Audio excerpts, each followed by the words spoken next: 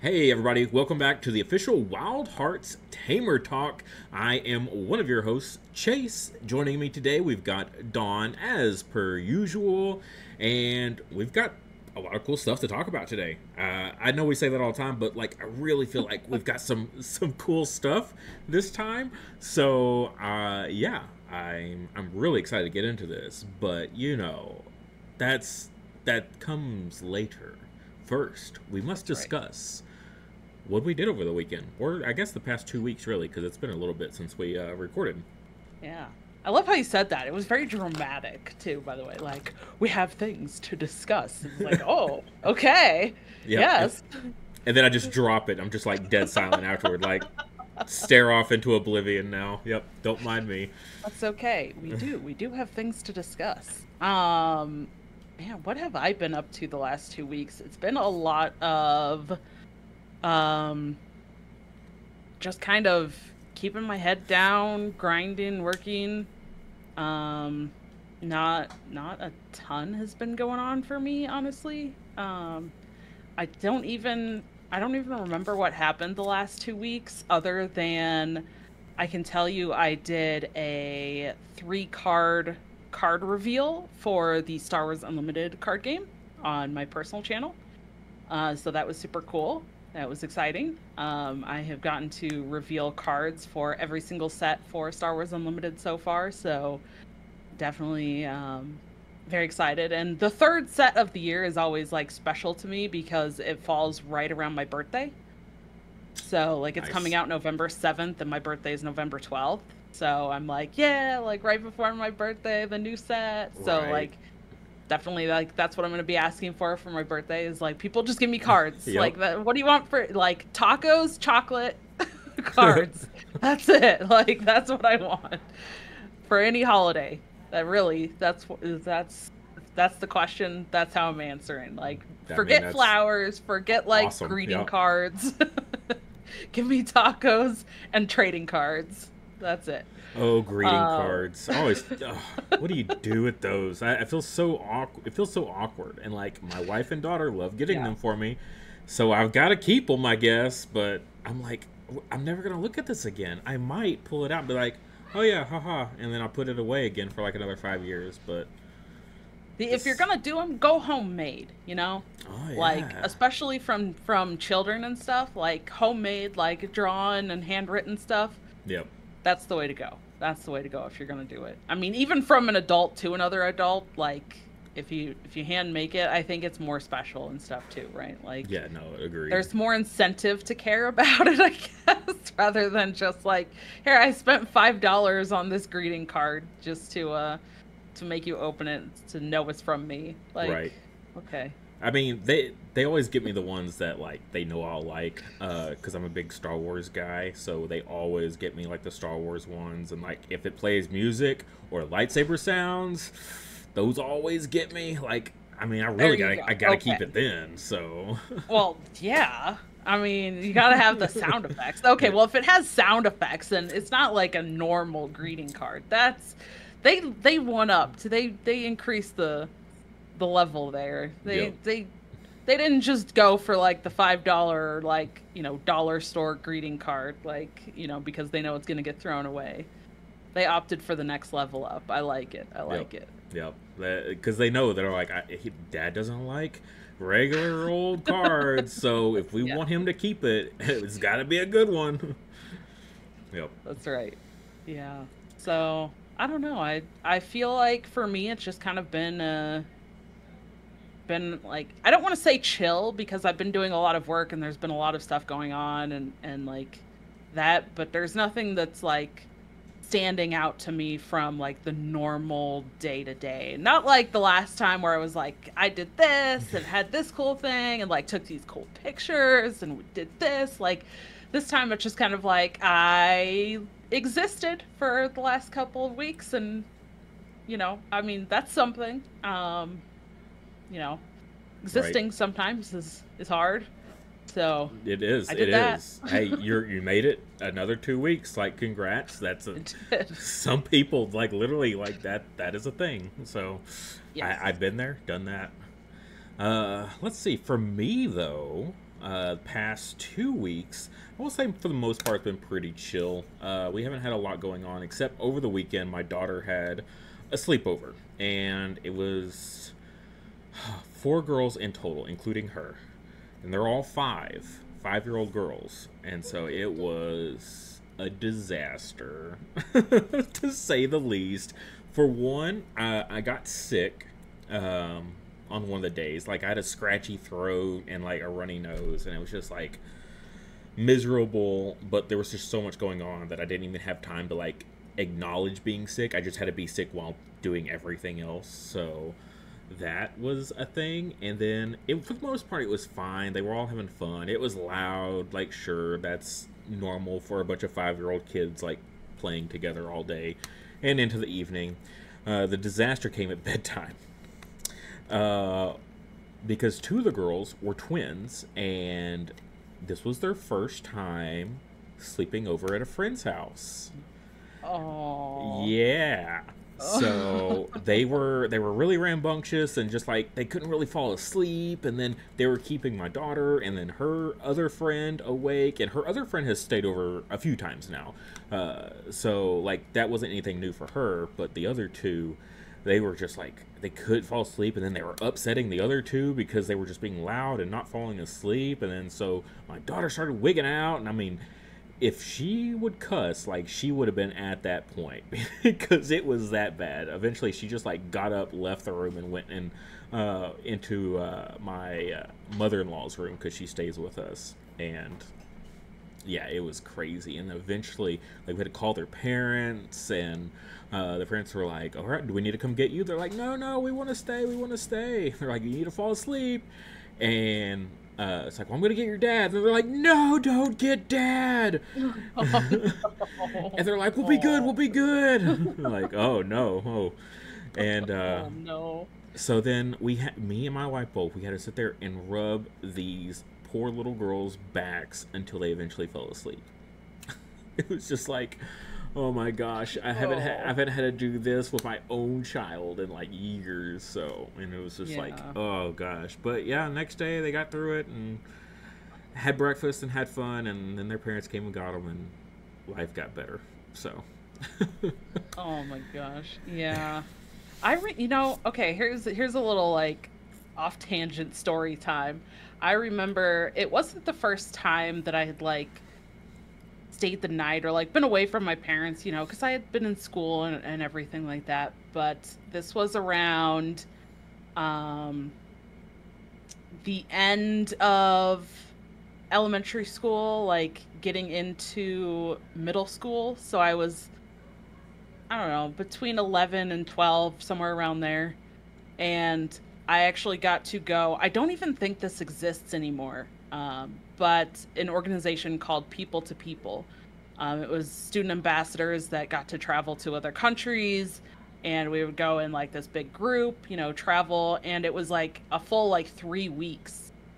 And I actually got to go to Australia, and we traveled the whole eastern coast of Australia. Yeah, don't go west. And yeah, yeah, definitely. But we got to see the Sydney Opera House. We got to stay at a farm. We got to do like a stay with a local family at one point, and like do all sorts of stuff. And it was a fantastic trip, and that was great. I remember though there was one night we were actually we actually stayed overnight at an aquarium, which was super cool. So yeah. It was like I'm just staying the night at an aquarium in Australia, right? But like, but I remember like the first couple nights especially were really rough, and then at like towards the end it started to get a little bit rough too, because then it was like, oh my gosh, like it's been so long since I've seen my parents. Like I got to talk to them and we had phone calls and like stuff like that, right? But like getting to see them when you're a young kid is like 3 weeks felt like forever, right? I'm like, I'm never gonna see them again. Like this is forever. So there was definitely nights that like I remember crying and staying awake, or like trying to like not wake other people up while I was crying because I was homesick and stuff, like Gosh. So I feel for those kids. I know like that can be tough, especially if you're like, I was definitely like, especially a mama's girl, but like I was very like, quote unquote like the good kid that like I didn't want to disappoint my parents or like anything, you know. I was like very like I was the oldest and stuff too, right? So first child and very just like attached and yeah, so I feel the being away from the family, but also the no, I'm having fun. I want to stay. I want to do, Right. Yep. like no. See, So all it's my sleepovers were awful experiences. Like my oh, cousins would always have sleepovers, and like we're pretty close. Like we all holidays and stuff like that. Like our families would get together and stuff like that. So, like when it was birthday time, we invited our cousins. We didn't really, you might invite one kid from school or something, but like you invite all your cousins, kind of thing. And they would always have sleepovers, and they would always watch scary movies. At like 9 years old, they're turning on It. What else was it? Pet Cemetery. oh Traumatized. no, oh Traumatized. No. no, Never. I oh, never did another one again. Like the Pet Cemetery one was the nail in the coffin. I was like, nope, I'm never coming to these ever again. Like I didn't sleep that whole night. I was awake oh, all night long, like terrified. So yeah, oh, what a thing to do for a 9-year-old, right? A group of 9-year-olds. They were yeah, all cool with it. Not me though. No. Just no, oh yeah. no. So to this day, even my wife, she loves scary movies, and I'm like, please don't make me watch them with you, unless there's a really good mystery that like intrigues me. I don't want any part of it. That's how I am too. I'm like, I don't need to see like the scary movies or like, the jump scare stuff or like the blood and gore. Like, I don't need all that kind of stuff. But you give me a good like mystery, give me a good thriller. Yeah. Now we're talking. Like, okay, there's something, like psychological thrillers, Right, like which Silence of the sometimes Lambs. those can mess with you even more than just like the jump scare movies, which especially as an adult, I think, because once you understand some of that like psychological stuff, it's like that's terrifying. But the jump scare thing, you like forget about 5 minutes later, Well, right? Like, maybe you do, but well, yeah, that's fair. Uh, oh depending on goodness. what it is. I watched was it The Ring when I was fairly young? Oh no. Oh no. Still Static to this day scares me, like the static on I'll TVs never and watch stuff. that. Yeah. That one, No. Grudge, yeah, that whole like time period of scary movies. Nah, I don't watch any of that stuff. Nope, never No. have, never will. I feel like I'm thinking about this a lot more right now too because we're in middle of September, so we're kind of getting into that like spooky season, right? It's Yep. like getting towards Halloween. Everyone's thinking about like Halloween and fall and stuff, so we're kind of getting into that time of the year and that season. So I've been thinking about that stuff a little bit more myself. So I don't know if you have other stories like we do, share them please so that we know we're not alone. Right. Or like that we know we're not wimps. If you also don't like scary movies, please, I don't want to be alone in that. And And if you if do you think have we're any, wimps, just keep it to yourself. All right. yeah, right. That's right. Yeah. Or if you have good recommendations for like psychological Yep. thrillers, put those in the comments too. We're not opposed to like those type of comments either. Like let us know. Let us know. We love hearing from you even if it's about something totally off topic. Yep. As you can tell, we've totally already gone on a tangent Yeah. already. This is great. I love it. Okay, all right. And yeah, so I've got a lot of stuff coming up in the next 2 weeks, but that'll be for the next episode because we've already taken up a lot of time on That's this right. one. But yeah, so future plans for the next 2 weeks for me. I've got a lot going on, so stay tuned for that. But I think we should go ahead and jump into something. Into something. Yes. How about let's talk about the Midland Showdown. All right. Talk about that. Woo! I love it. We got a graphic. We do. So the Midland Showdown, we talked about a little bit before already. I kind of gave some details. One thing that is very big that has changed since the last time that we kind of talked about it is we did actually move up the date at to which these players will be playing. And they are starting earlier, and that is to get them playing, to get them producing content, and kind of get the word out there more about the game before the Kickstarter starts, as opposed to it running like at the same time as the Kickstarter. It still will be running at the same time as the Kickstarter towards the back end of the Midland Showdown. But these players are going to be starting the first week of play starting September 29th, Monday, September 29th. So at the end of the month instead of the middle of October. So they kind of are going to be shifting up and playing sooner rather than later, which does mean a little bit less prep time. So it's kind of been crunch time around the Wildhearts tavern, I'll say, around the arenas. It's been kind of hectic. Trainers are getting ready, but it's been exciting to see them playing and kind of prepping for tournaments. So we do have a little bracket to show as well. The format of the Midland Showdown is 8 players, 2 groups of 4. And then they will be playing round robin. So over the course of 3 weeks, they will have time to play their 3 matches. Ideally, they're going to be playing 1 match a week. But, if there is some scheduling issue or something, it's open so that it's flexible so that they can, play 2 matches in 1 week or something if they need to, or adjust the times that they play.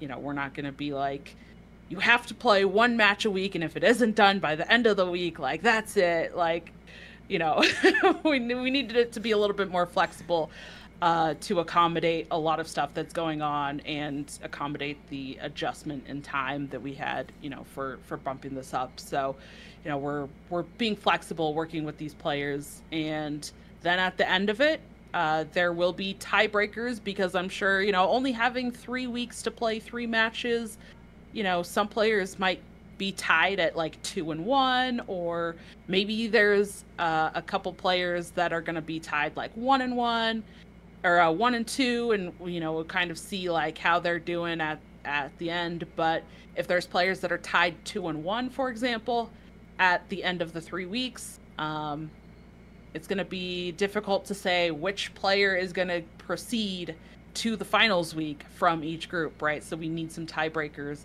and those tiebreakers are going to be the point differentials over the course of a game. So they'll have to play the full game out and then, have that point differential. So that will be a determining factor across all of the games as well. What do you think of this format and the round robin play? I know we actually have done this before in a tournament that we did previously in the past that we played in. Yeah, it's been a while, but we're trying to do more tournaments. We're trying to show that we want to do these tournaments. We want to have support for tournaments and get players in. So what do you think of this like round robin format and these groups? So it's definitely interesting, and also I do think it's so funny. It's like we're doing this again, but when we did it, we were the content creators, and then now here we are on the Wildhearts team. Like, it's just crazy how like, oh, now we're on the other side. Whoa, what's going on? Yeah, so round robin, it's definitely like taken me a bit to get on board with it. Because, I mean, I've played in a lot of tournaments, a lot of TCG tournaments over the years, and it's always Swiss. And it's like, I hate Swiss. I know a lot of people do.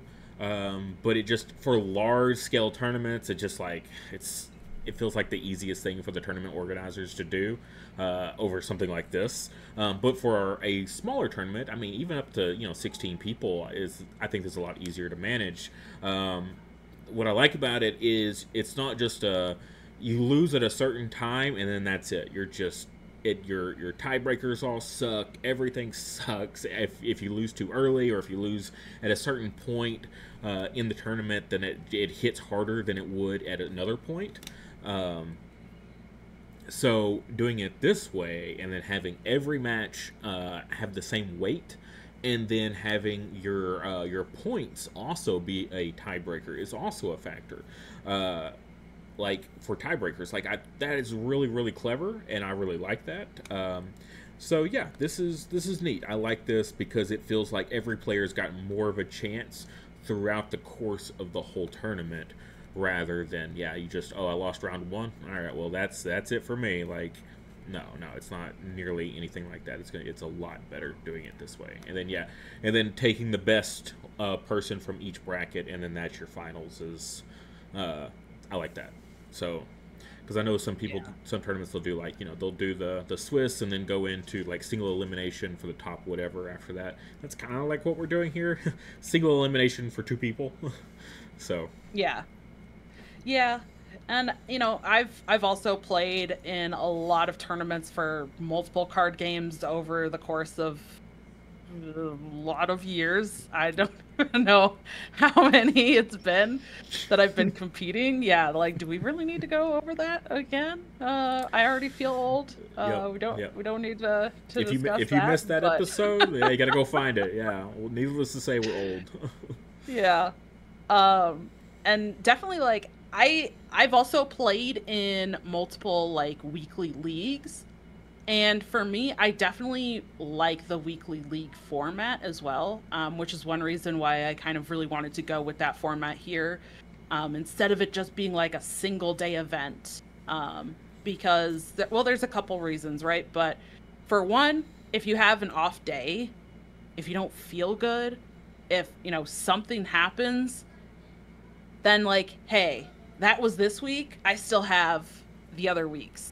Or, hey, I've had these other weeks, they've been great or something. And now like this off week came up and, something happened in this week, but I had some good weeks behind me, and it's not like make or break. If you're sick and you try to compete in a 1-day tournament, your whole tournament sucks, right? Like that just, or if you're just not drawing well that day, you're not drawing well in all of your matches for the tournament that day. And that sucks because that's happened.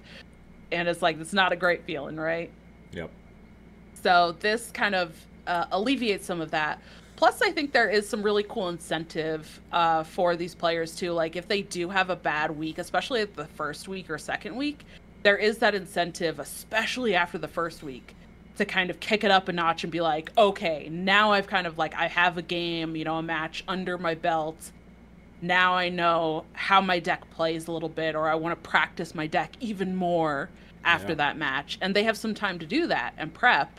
So I feel like throughout the couple of weeks, like the skill level is just going to get better and better as people play their decks even more, because they will have to submit a deck and stick with that one deck for the course of all 3 weeks.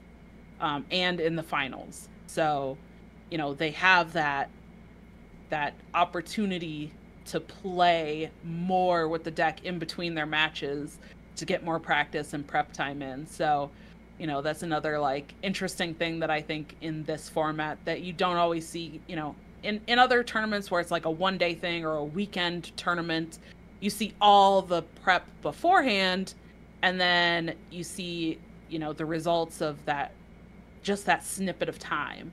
But this, we can see prep, then play, then prep, then play, then prep, then play, and kind of see also how much better these players get, or how their view of the deck or their, the decks they're playing against changes week to week, which I think is really cool too. That's something that I think you see in sports and stuff too, that play over the course of a whole season.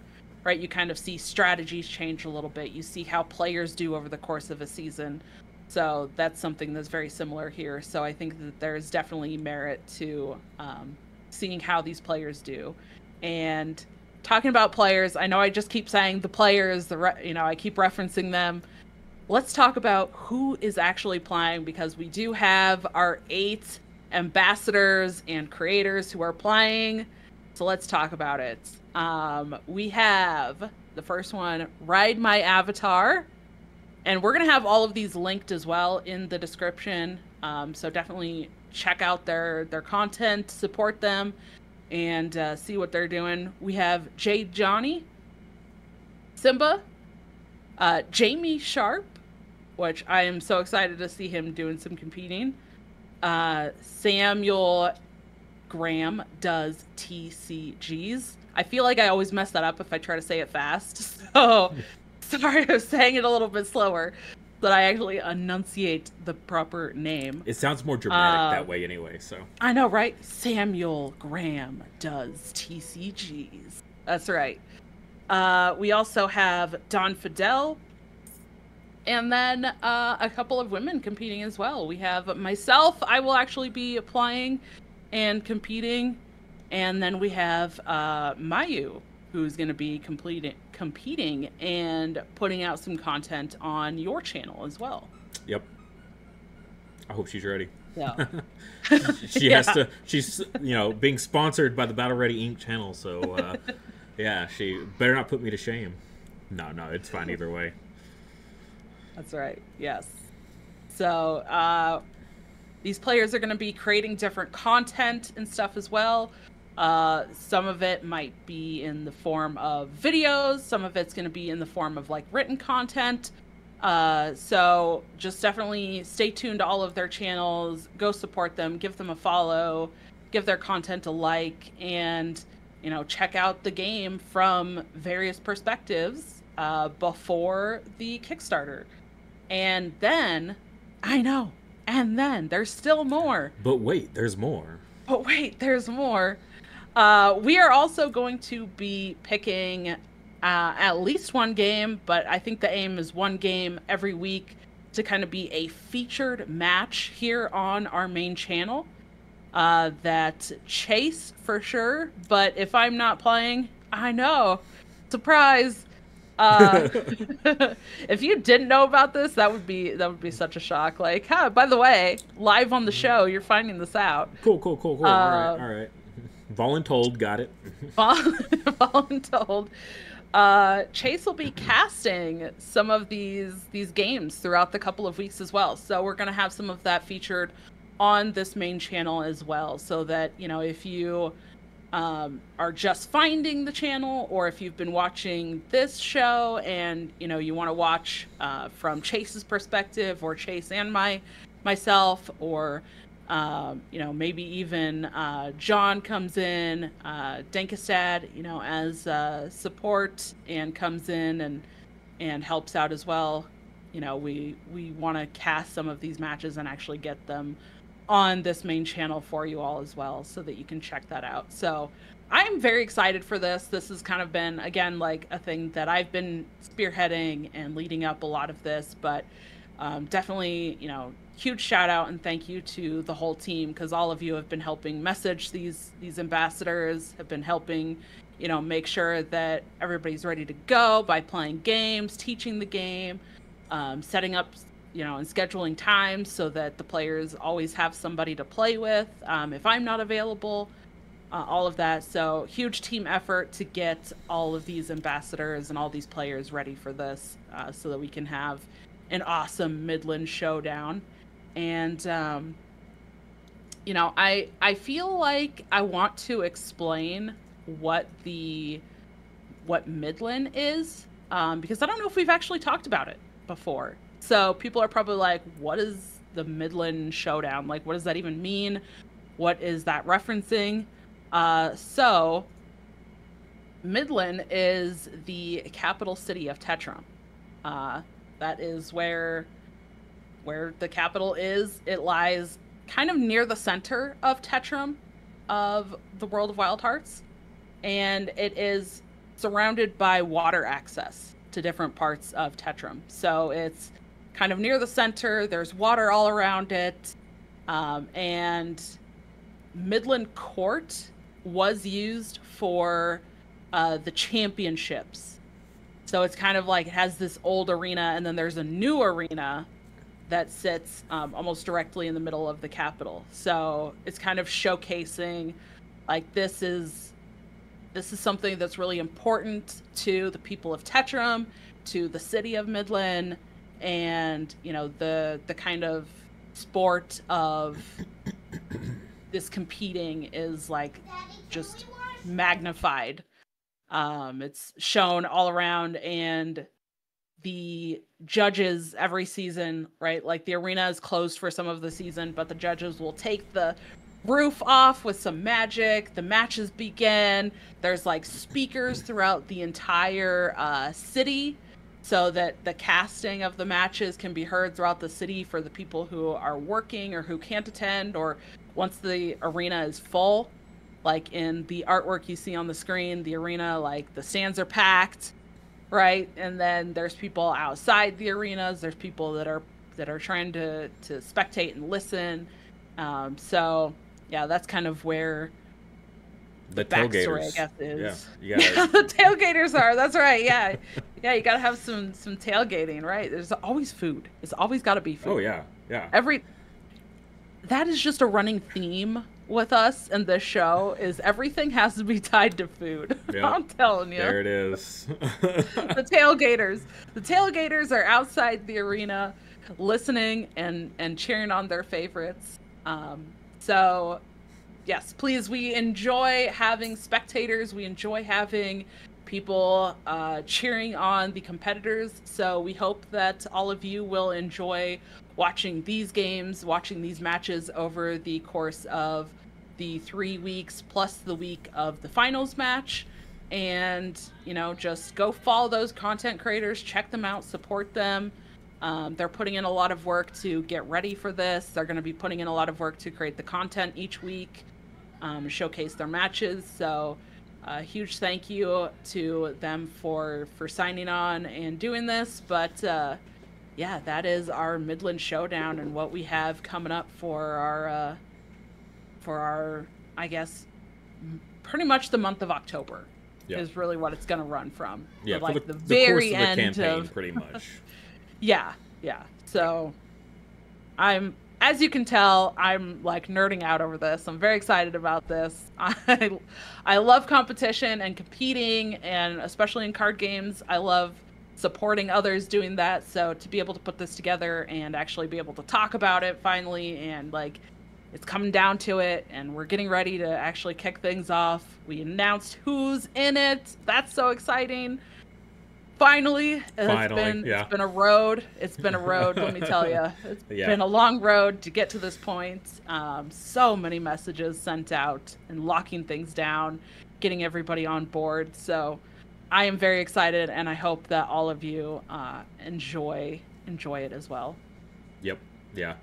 You're talking about all the lore and stuff. I'm like, I've actually been rereading the lore book for like a few weeks now. Every day when I'm waiting for my daughter to get out of school, and I'm stuck in that line for like 45 minutes, not moving. I'm just sitting there reading the lore book. So yeah, I just read through this section yesterday for all the Midland stuff and all the different tournaments across Tetrum. So yeah, anybody that has the lore book or is planning to get the softcover lore book, then yeah, it's got all this stuff in there. It's actually a really fun read. I enjoy it. So yes. All right, is that good? That was a lot of information. I know, that was a lot I threw at everybody. I'm sorry. I'm just once I get going, especially if I'm excited about something, like I just go.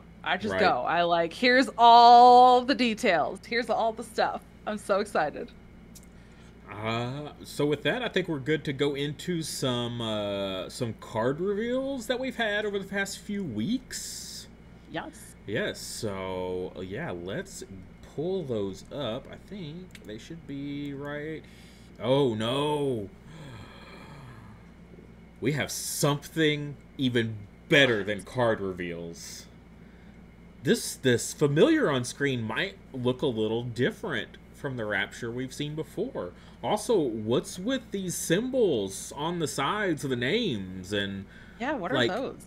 This crazy, like, full artwork here. This is the secret rarity that we mentioned way back when we did our announcement video of our breakdown of how we're going to be doing product. This is the alpha rarity. What this is basically the absolute peak of whatever the creature showcased is. This is the alpha version of that creature, and we wanted to represent that with an artwork completely dedicated to this alpha, giving it all the bells and whistles, special treatment on the foil and everything like that. But it actually doesn't even stop here with the front of the card. but we are replacing the Wildhearts logo on the back of the card as well with the full art just completely taking over the card back here. Since these are, of course, familiars, they'll never go into your deck or anything like that. They'll always be either on your bench or out in a field. They can have, you know, a different back, and we really wanted to capitalize on that and do something like that. We've seen it in other games before. It's such a rare opportunity to be able to, you know, put this in a TCG, and we absolutely wanted to do that for you guys here by doing the same thing. So our first reveal for you is going to be the Rapture, a pretty big fan favorite for Ferocity players out there, because it's got that debut. You may KO a 1 or less cost ally in this field, like, yeah, nom nom nom, Rapture all the way. Love to see it. And so yeah, you get all the rainbow illustrator rare here as well. You get the alpha symbols. So there's no, when you open one of these, there's no question what you just opened, right? Like, it is so much different from every other card in the entire set that you know you pulled something special. So I'm excited I can finally tell people that the alpha rarity exists. Gosh, I like talking to the guys behind the scenes for so long, and it's like, the alphas, like, oh my god, it's crazy. Alphas.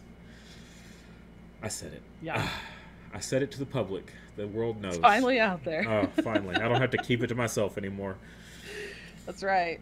Yeah, the full art on the back is so cool too. So the one side has all the wording, has, you know, kind of what you're used to, the ferocity symbol, but on the back, I think it just really captures it's like this. And, you know, honestly, if you know what it does, and if you get to the point where you have these and you're playing against somebody else who knows what the card is, you both understand what's happening, you could just play with it on this backside and just have that full art.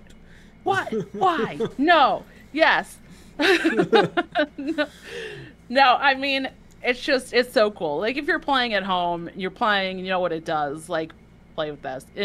In tournaments and stuff, in official capacity, always play with the cards the proper way. Yeah, absolutely. But, you know, I just feel like a lot of people, like, you could play with this backside showing on, you know, in your fun games, your games at home, you know, yep. And just really showcase that, because it's so different and it stands out, right? So, like, also it's going to look very different from your allies and your other cards, so you know it's the familiar, you know that it's going to get put back to the bench. It's easy to spot on your board that it's going to go back. Like, it's so cool, and it's just so different than all the other ones. And honestly, I love how clean the like wording at the top and the power and stuff is on it as well, with the full art.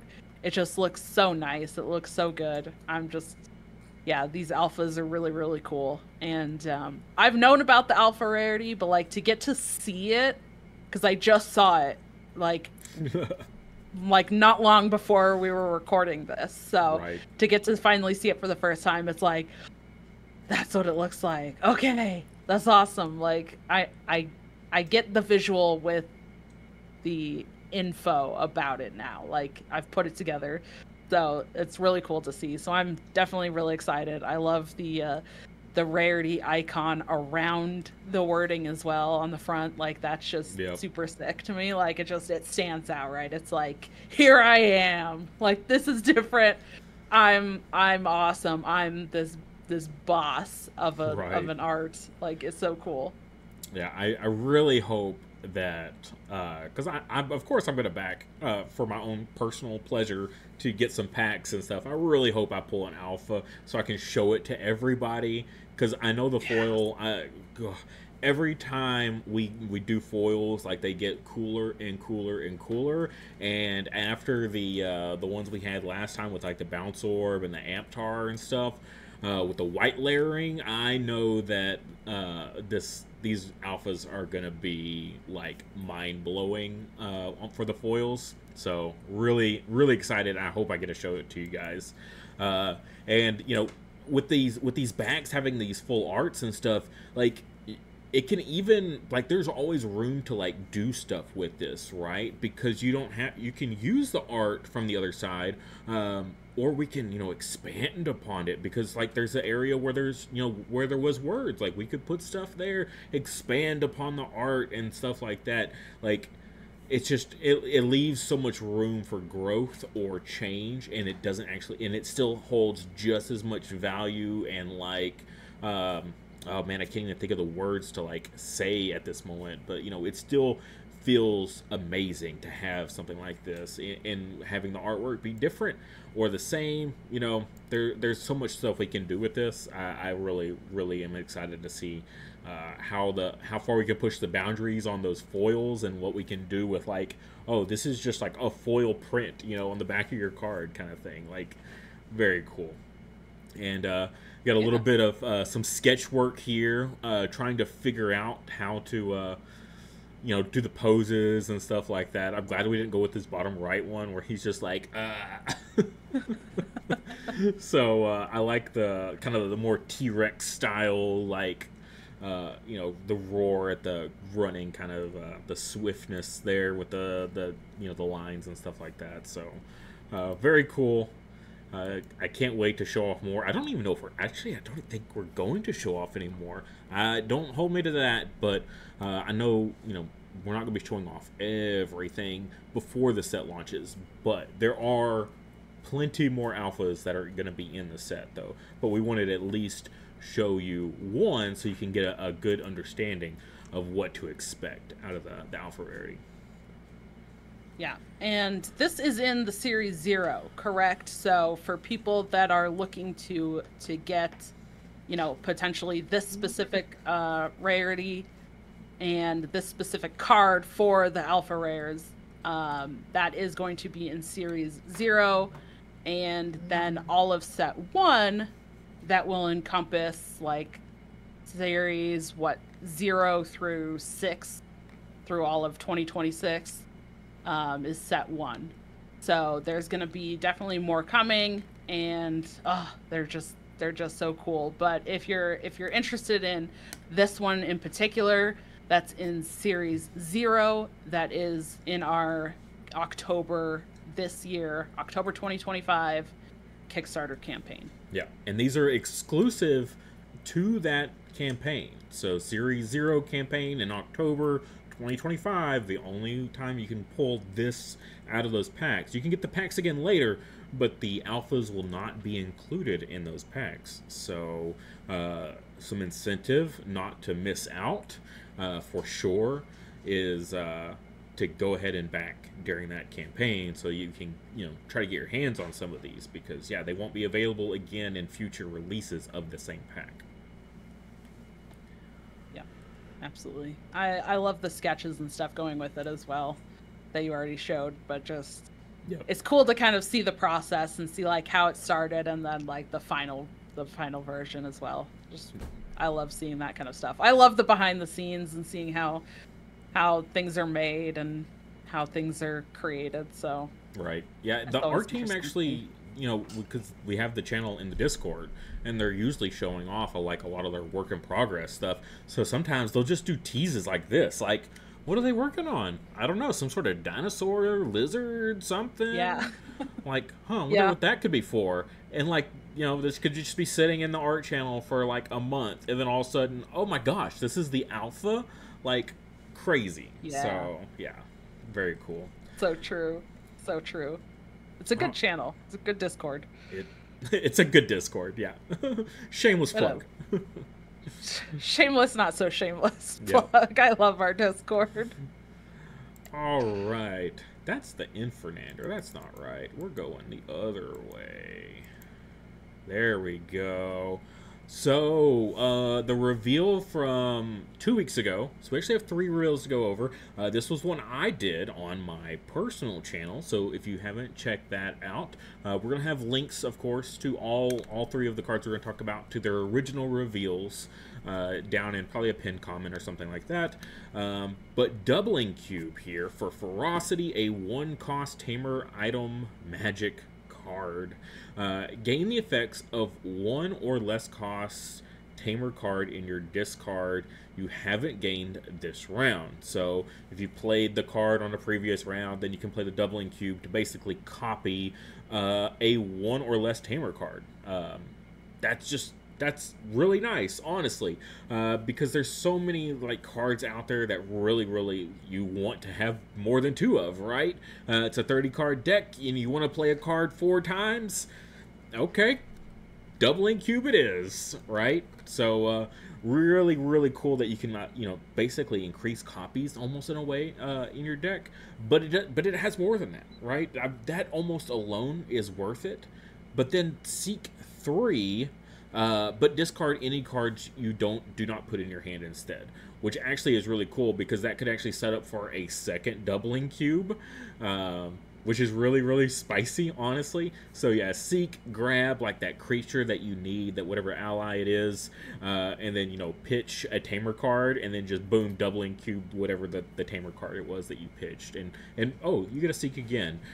Some of the stuff I used in my example video was like, if you're really digging deep for a card in your deck, use this on an Alistair's Guide.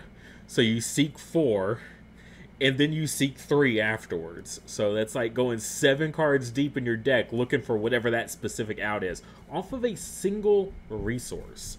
So that feels pretty good. I really like Doubling Cube. Yeah, Doubling Cube is really cool. I think the one trick, I guess, or one like really good use for it is to use it with some of the other Ferocity stuff to discard stuff, so that you actually have things in your discard.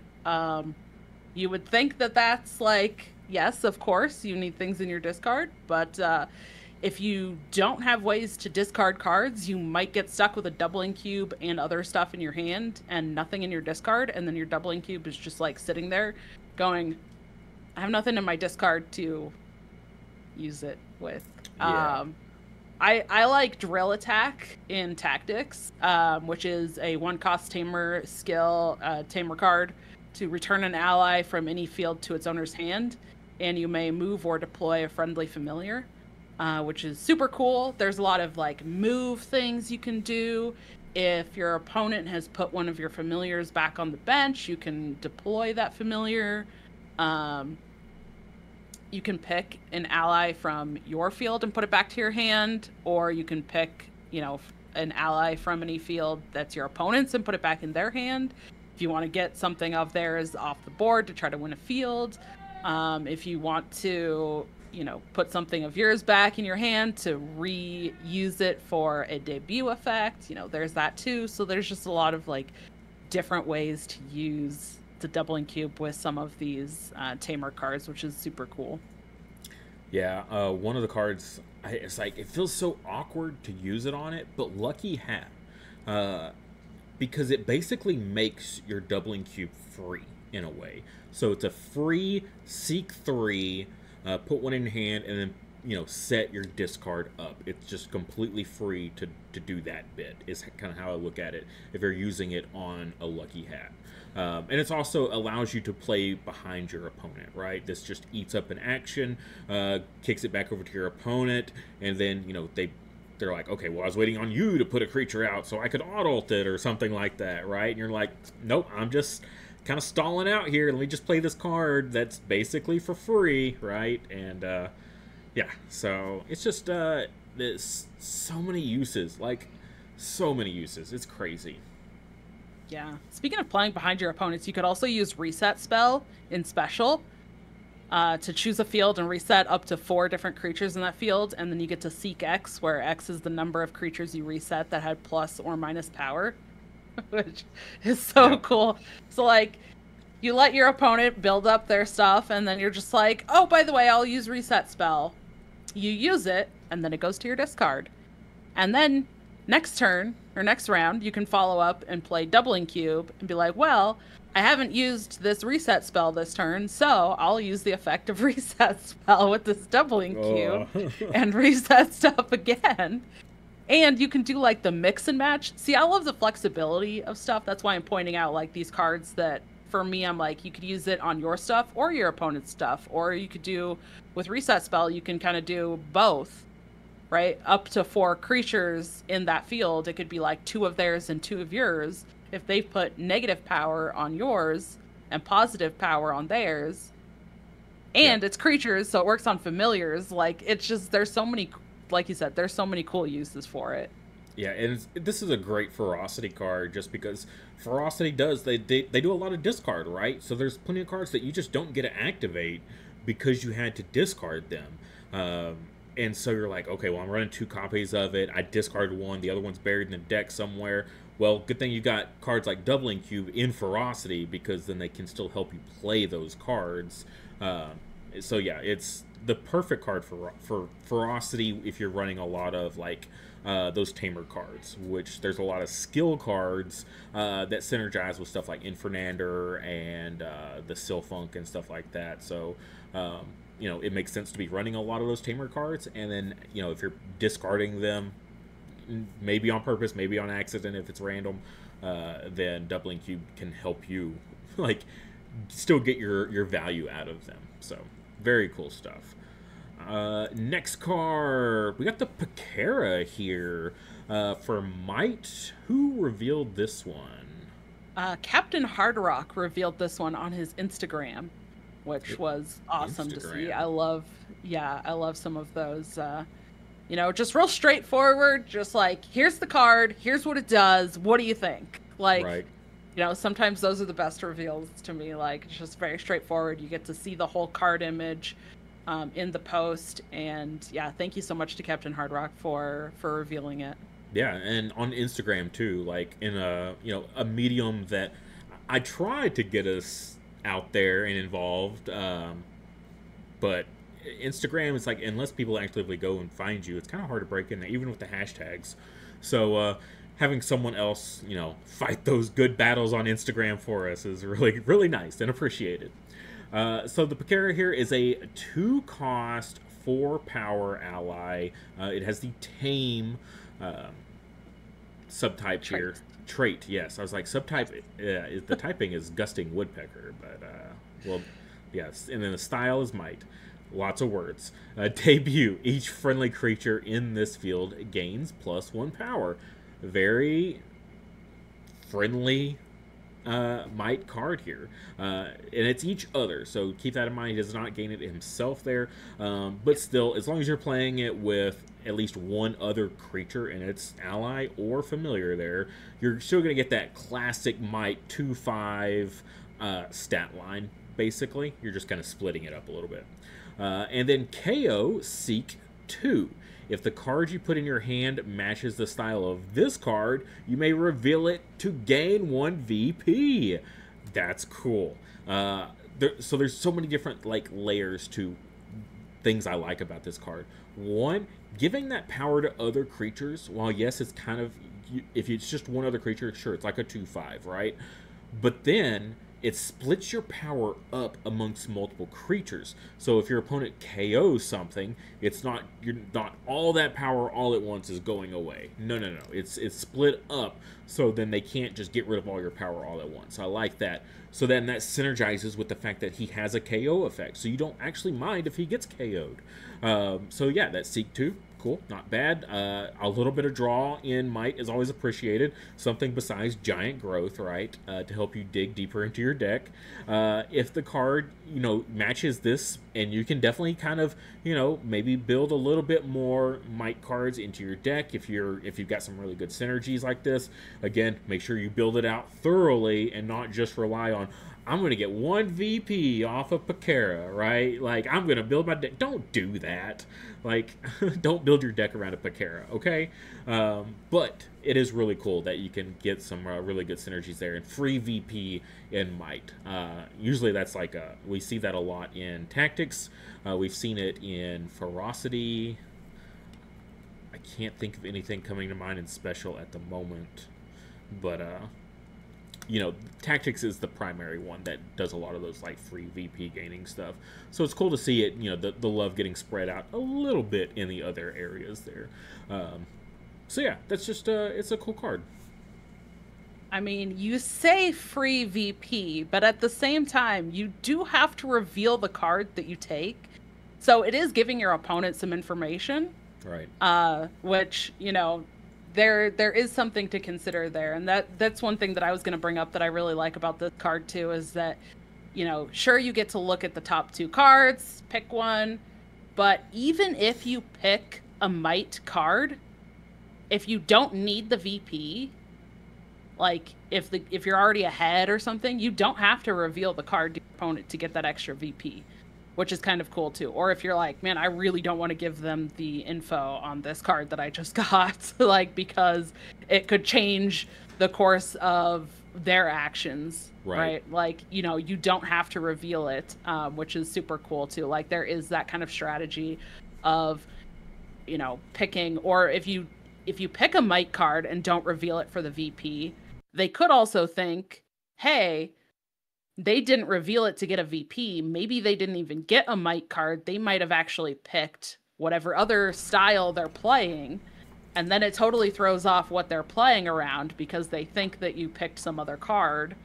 Yep. You know, so there's some mind games and some different strategy in this as well. So you could go for the VP, you know, you could give your opponent that information.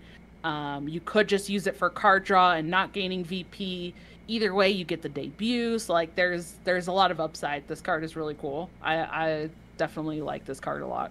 Yeah, that is a great point of like 1 VP versus if they don't know I have this card, I could win a 5 VP field because they don't know I have it. Like, yeah, no, you're right. You're right. That is a very good point. And also, it's not a free VP necessarily because you're losing a 4-power creature on the field. So another reason that maybe not quite so free.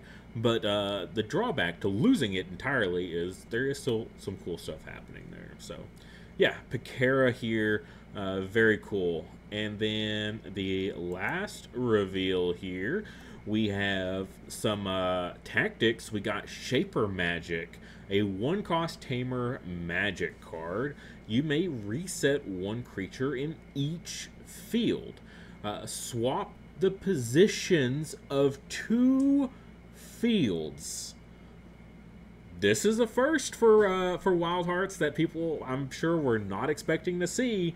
And by the way, when it says swap the positions of 2 fields, that's not just the 3 that are on the board. That includes the reserve field as well. So you can pull that bad boy in out of nowhere. You want to talk about throwing your opponent for a loop? Oh my gosh. They're like, okay. Yep. It's like, oh, well, everything's, you know, wherever the positions are. And you're like, okay, I'm not going to go score that 2-point victory field over there that's active right now. I'm going to go score this, you know, 3-point one. I'm going to put a little bit more effort there. And you're like, sure, you do that. I'm going to put a couple more things over here in this 2-point field. And Shaper Magic. There's more. You can't do that. Well, I can, because there's also a support on this card that says swap 2 friendly allies in different fields. Yep. So you could also use this as a support and swap 2 friendly allies in different fields to throw your opponent off, switch up the power levels in those fields to win a certain field, change things up. In the case of, you know, Arcanum Swamp, I think, is the one that I'm thinking of. I could be mixing it up with another one, but if you're looking at having things that are certain power levels in certain fields that you want to then not have Like, hey, I need to not have the lowest power thing in this field now. I need my opponent to have the lowest power in this field or the highest power, right? You can swap those things, and then all of a sudden it changes the power levels in those fields. It affects which creatures get the benefits or get KO'd in certain fields. It's like, oh my gosh, you can switch things up. So you can put it as a support, or you can use it to reset fields, or reset a creature in each field, and then swap fields. There's so much going on with this card. Yeah, there's a lot of choices, a lot of different options that you could do. The big caveat to these is that swapping is not the same as moving. So for like Oliver's Inlet, which is, you know, when a creature moves into that field, it gets +1 power. Swapping is not the same as moving, right. So it's not going to get that power, that extra power. Yeah, same as like the Tornado, right? They're swapping. They're not. It's not like the Skyson where they're actually moving. No, they're swapping. Right. Yeah. Yep. Exactly. Yeah. But there is that caveat. You just have to say that because someone's going to be like, "Oh, you can swap them," and then get the power level. Like, no, it doesn't quite work that way. But yeah, having the option to like, hey, your opponent kicked out one field that you were really looking forward to playing, you know, and be like, huh, or all of a sudden it's like, I'll play this and I kicked out one of their fields, but like maybe I can put it back in because it changes things, or I'll put in, you know, the field that like I got kicked out. Right, kick out your own field so you can get the draw, and then play the Shaper Magic to put it right back in. Yeah. Throw your opponent off, like you said, throw them for a loop. Like, it's just, there's so many things you could do with this card. It's really cool. I think all of the cards we've talked about, like, there is so many different ways that you can use these cards. Like I said, there's like the flexibility, right? So I just find that so cool. There's just so many minuscule decisions that you can make, like, and how you're going to use it. Do you want to play it as a support or not? And also supports are so unique to Wildhearts too. Like, right, the having a support in your resource row to have an extra benefit when you use that card to pay for playing another card is just so cool. Right. Actually, I have a card I want to pull up because it synergizes, actually. A really a cool play. Please don't tell me I deleted it. Is this it? Right here? Yeah. Alright, so take flight in conjunction with this, right? So play the Shaper Magic, and then use take flight, move a friendly familiar, and add one card from your discard as a resource. So then you could immediately just add back the Shaper Magic as a resource, and then get the support ability. So, yeah, that's pretty cool. There's just, there's so many different plays that, like, come to mind. Like, oh, High Wind Falls. Like, oh, you think you're going to win that field? Well, let me swap a High Wind Falls over there, and now my strong creature gets 3 extra power when scoring because it's the highest power creature, right? Swapping in that, you know, like I was saying earlier, swap in the big 5 VP field and then pull out the 2 VP field, and then now you're like, okay, that was a big swing that the opponent probably wasn't planning for. This is such a, like, I feel like it's got a pretty low floor. Like, you can see some, like, you know, oh, I can get this really cool, sneaky little play in. But also the ceiling is so high. And that's one of the things I've always loved about Wildhearts. I've said it like 100 times. Like, the entry to this game is pretty simple and easy. Like, you can jump in here and start playing and having fun, right? But also, for, like, those players that want the high skill level play, the same exact cards can still have that for you, because there's just so much that's like, you can just start thinking like further and further, like so many steps ahead. Like, literally, you see the Shaper Magic in your hand and you can almost like navigate a plan in your head for an entire round, right? So it's like, oh, I've got all these resources, I'm going to end it with the Shaper Magic, right? And so it's just like you're literally having to think like 2-3 steps ahead. And that's for those real high ceiling skill level players. So I really, really like this card for that. But same with all the others. The Doubling Cube also, I feel like, falls into that same category. It's got its like surface level obvious uses, and then there's like those like under the surface, you know, like the iceberg effect kind of things going on. So yeah. Yeah, and I just want to say another huge shout out and thank you to Simba for revealing this one. So, as of the time this recording comes out, you're seeing this live. It was yesterday that Simba revealed this. So, thank you again to him for his enthusiasm and excitement for getting to reveal these cards and just his awesome demeanor in his videos. Always, yep. We do have several more reveals still. So throughout the rest of this week, before deck lists are due next week for the Midland Showdown players, we will have all of the Series 0 cards revealed. So there is still, I believe, 3 more that we're going to be revealing. I think so. So those will be coming throughout this week. From one of them is going to be revealed by Chase on our main channel here. So definitely stay tuned for that.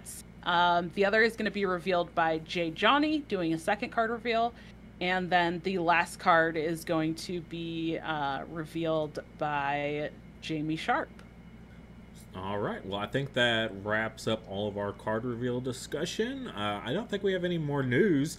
I know we're like an hour and 5 minutes into this recording here, so I don't have anything else unless you do. No, I don't think I do this time. Last time I did. I threw that out there, but no, I think this time we got it all before. Which was a lot. I know. It was. A lot we got you. But you said at the beginning, Chase, that there was some really cool stuff that we had to show and talk about, and we did. And we did, absolutely. I'm happy with that. Yes, I love this episode. This is a good one. I'm really, really happy about this because it was a lot of fun. There's just so much cool stuff that we got to talk about. And then just getting ready. Like one more? Is that what we're at?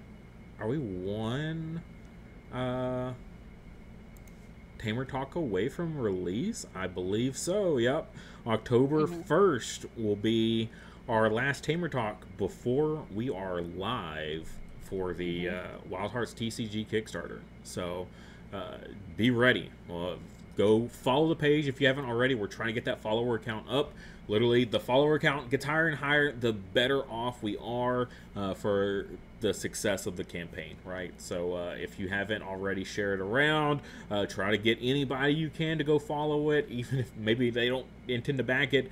Getting the follower count up will make sure that Kickstarter will be like, hey, we like this so much because all these people followed it, and then they'll share it to other people as well. So the more, the merrier, like, absolutely, for sure. That's right. Yeah, share it with everybody. Share it with your family, friends, gaming groups. Have your grandma create a Kickstarter account and follow it. You know, everything helps. And, like Chase said, the more followers that the campaign has, the better Kickstarter views it, helps it share to more people, which means more people are finding it, which ultimately means more people will end up following it. But, we just want to have that baseline initial start. So help us have the best launch that we can, and we appreciate you all so much. Thank you. For sure. And with that, we will see you in the next one.